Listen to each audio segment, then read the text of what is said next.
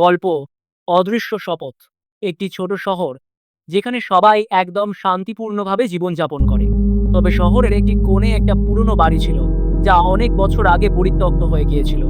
বাড়িটি নিয়ে নানা রকম গুজব ছিল। কিছু মানুষ বলতো যে সেখানে অদ্ভুত কিছু ঘটছে, অন্যরা বলতো যে বাড়িটি ভৌতিক, কিন্তু কেউই এর ভেতরে ঢুকতে সাহস করতো না।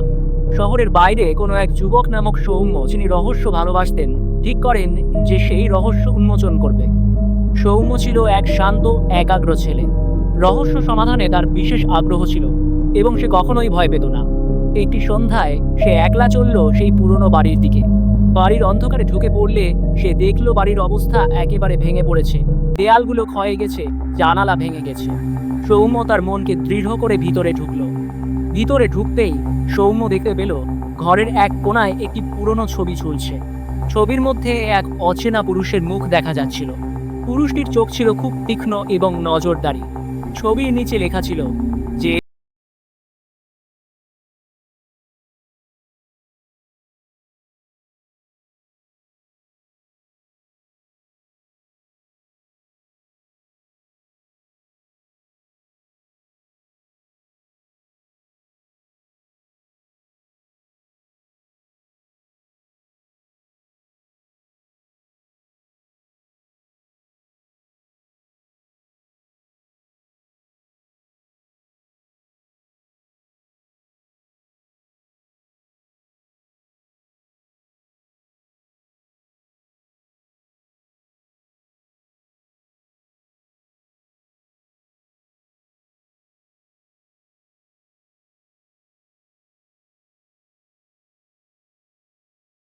কিছু অদ্ভুত অনুভূতি চলে এসেছিল। বাড়ির ভিতরের বাতাসে কিছু অদ্ভুত জোর ছিল, যেন সে আর তার পুরনো আত্মায় নেই। সে বাইরে বের হওয়ার জন্য পথ খুঁজতে লাগলো। বাড়ি থেকে বের হওয়ার পর সৌম্য অনুভব করলো সে আর আগের মতো নেই। তার চলন, তার চোখের ভাষা, সবকিছুই বদলে গিয়েছিল।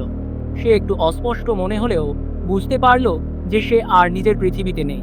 এই বাড়ি তাকে কিছু একটা দিয়েছিল, কিছু অদৃশ্য শক্তি, যা তাকে নতুনভাবে দেখাচ্ছিল। তবে সৌম্য বুঝতে পারল যে সে একাই না, অনেকেই এই একই পরিবর্তনের শিকার হয়েছিল। এখন সৌম্য নিজেই তার রহস্যময় পরিবর্তনের প্রভাব অনুভব করতে পারছিল। সে বাড়ি থেকে বের হয়ে আসার পর পাড়ার লোকেরা তাকে দেখে অবাক হয়ে গিয়েছিল। তারা বুঝতে পারছিল না এই সৌম্যটা কিভাবে এমন পরিবর্তন পেয়ে গেছে। সৌম্য তার পরিবর্তনের রহস্য সবাইকে জানাতে চাইল, কিন্তু কেউ তার কথা বিশ্বাস করতে পারছিল না। তবে সৌম্য জানতো যে এই বাড়ির রহস্য একটি শপথের মধ্যে লুকানো আছে। যে কেউ এই বাড়িতে প্রবেশ করবে, সে কখনোই আসল পৃথিবীতে ফিরে আসবে না। সৌম্য একে একে তার নতুন পথ অনুসরণ করতে থাকলো, আর বাড়ির প্রতিটি অভ্যন্তরীণ রহস্য তাকে নিয়ে চলছিল। যতই সৌম্য এই রহস্য অনুসরণ করছিল, ততই বুঝতে পারলো যে এখানে কোনো সমাপ্তি নেই। তার জীবন এখন সম্পূর্ণ নতুন এক ভ্রমণে চলে গেছে, যেখানে পুরনো সৌম্য আর আর্থিকভাবে কোনো সম্পর্ক ছিল না। সেই বাড়ি, সেই শপথ এবং সেই অদ্ভুত পরিবর্তন সবকিছু মিলে এক নতুন শুরু হয়ে উঠল। অবশেষে সৌম্য এক নতুন জগতের পথ ধরে চলতে থাকে, এক অদৃশ্য শক্তির নিয়ন্ত্রণে।